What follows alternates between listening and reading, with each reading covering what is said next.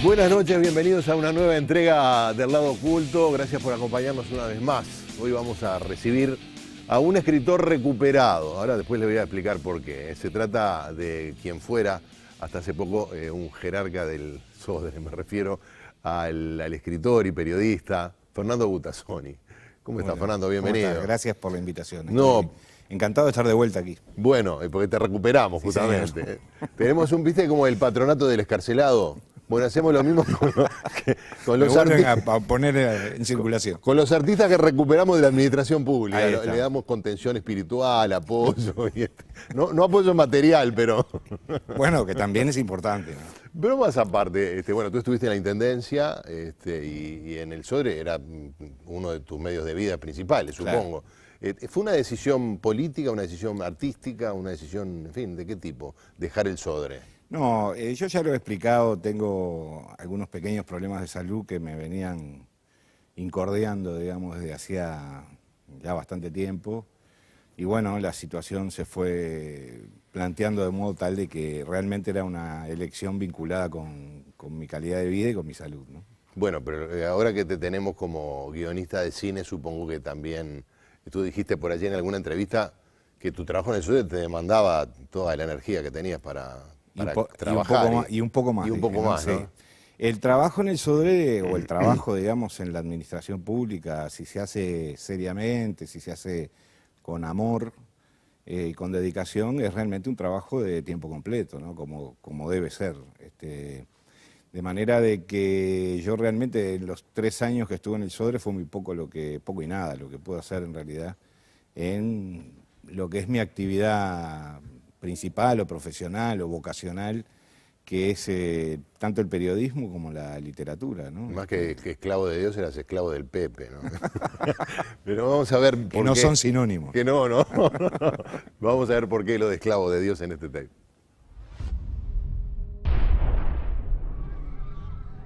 Esclavo de Dios es un controversial thriller policial que ya puede verse en las salas de cine nacionales. Voy a ir preso por esto.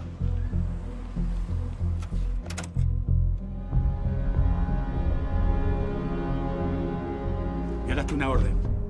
No tenemos tiempo, hay que encontrar ese auto. Yair cree... Inspirada en hechos reales, narra la historia de 2 personajes extremistas, uno islámico y el otro judío, cuyos caminos se encuentran durante el ataque ocurrido a la AMIA en 1994 en Buenos Aires, Argentina. Yo también te amo, hijo.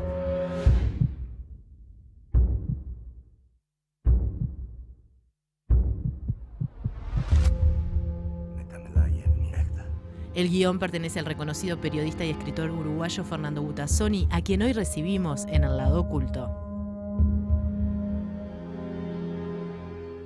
Bueno, no sé si es por suerte o por desgracia, pero hubo una pequeña o gran polémica en Venezuela, fundamentalmente con respecto a este trabajo tuyo como guionista.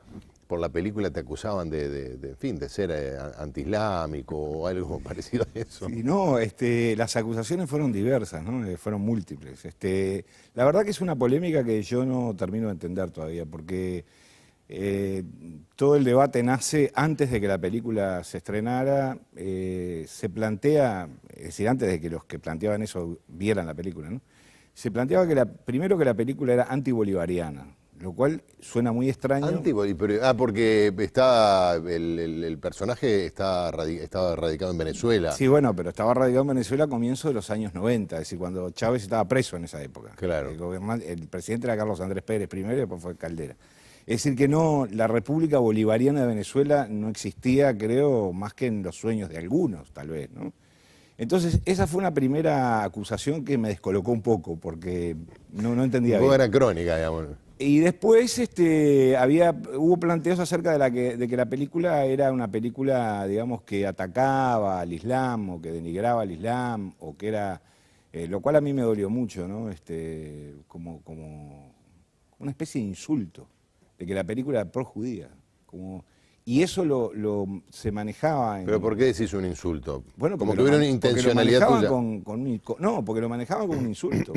Como si el decirle a alguien que es pro-judío fuera insultante. Ah, te entiendo, ¿no? Claro. Como decía Hemingway los Estados Unidos que en los años 20 a los italianos, decir a alguien italiano era casi un epíteto, ¿no? Esto es igual, Claro. Han manejado el tema en las redes sociales sobre todo y en algunos programas de televisión también en Venezuela, acusando a la película de pro-judía y es casi como si la insultaran a la película, ¿no? Y eso a mí me dolió mucho.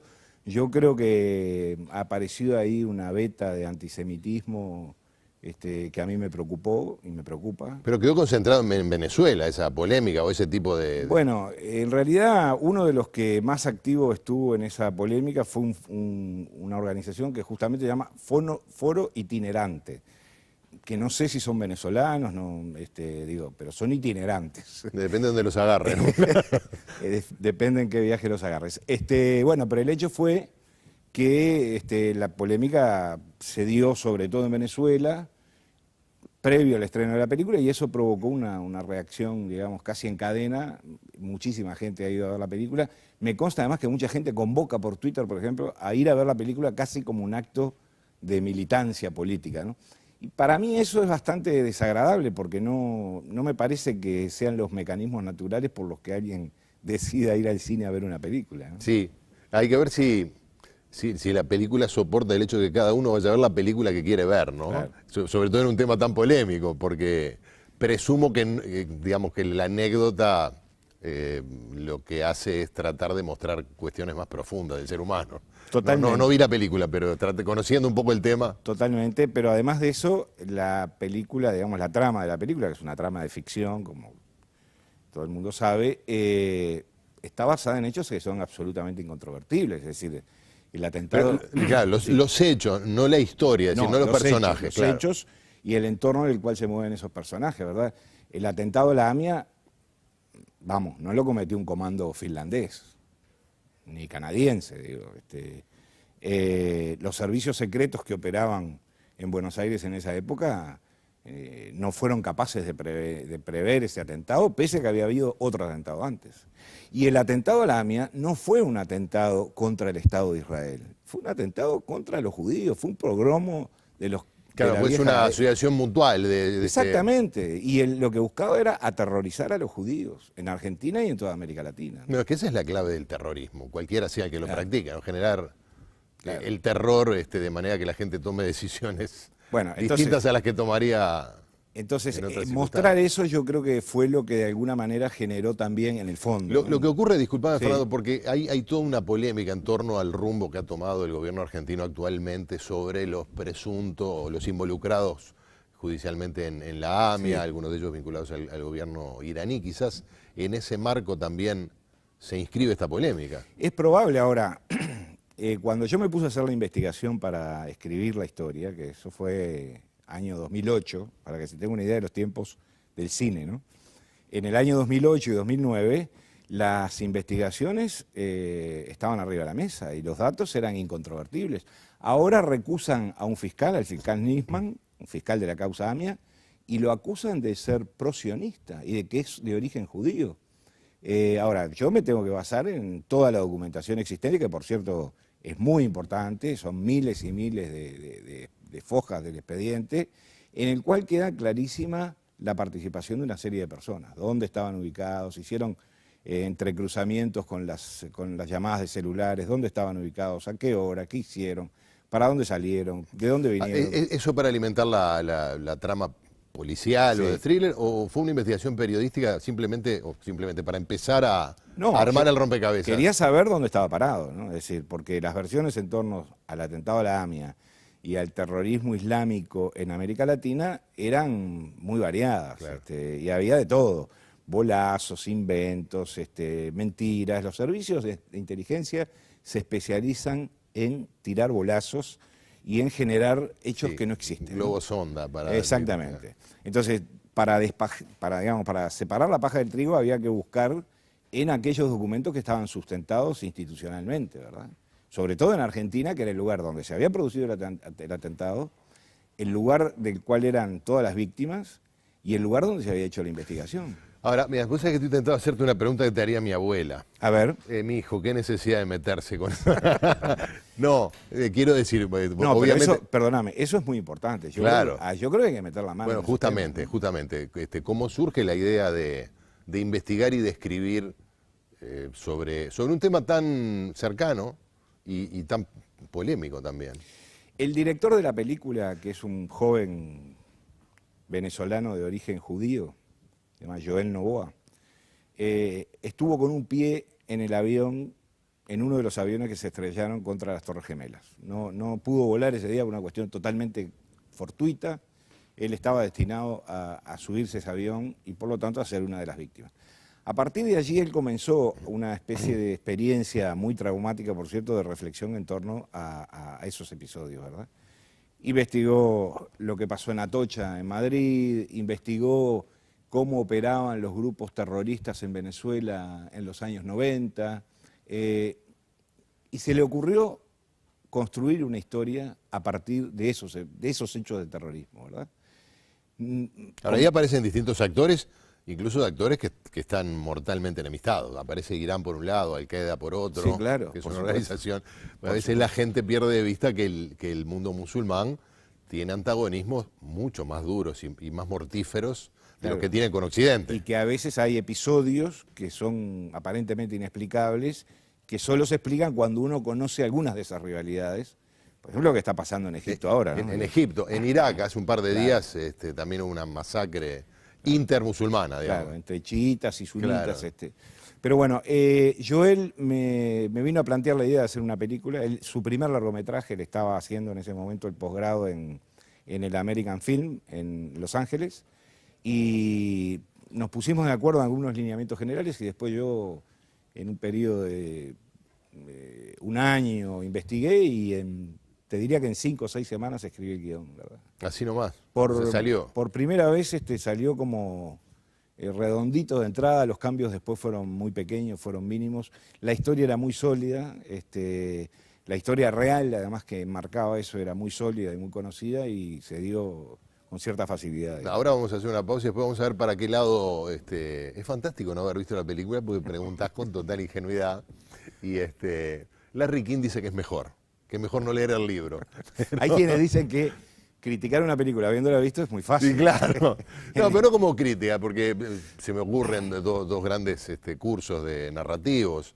La trama policial o la trama de suspenso, la trama que tiene que ver con la acción, y después las motivaciones profundas, la perspectiva existencial de estos extremistas, uno judío y otro musulmán. Hacemos una pausa y seguimos conversando con Fernando Butazón.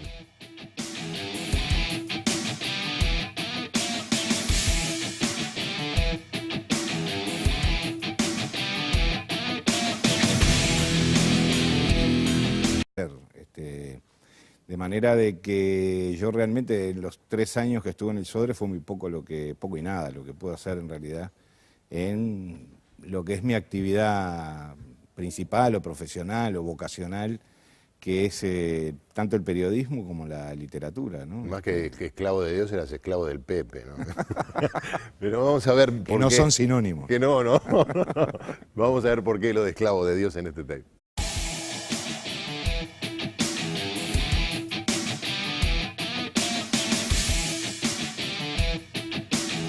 Buenas noches, bienvenidos a una nueva entrega del Lado Oculto. Gracias por acompañarnos una vez más.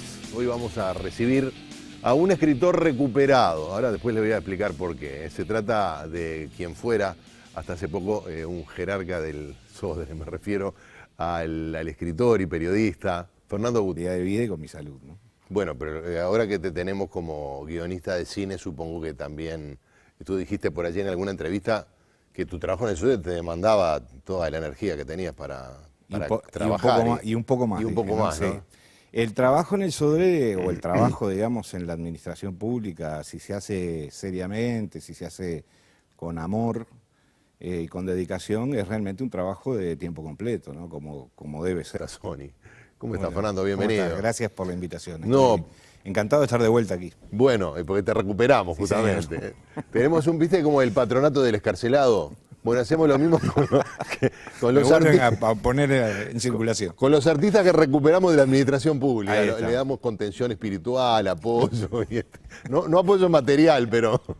Bueno, que también es importante, ¿no? Pero más aparte, bueno, tú estuviste en la Intendencia y en el Sodre era uno de tus medios de vida principales, Claro. supongo.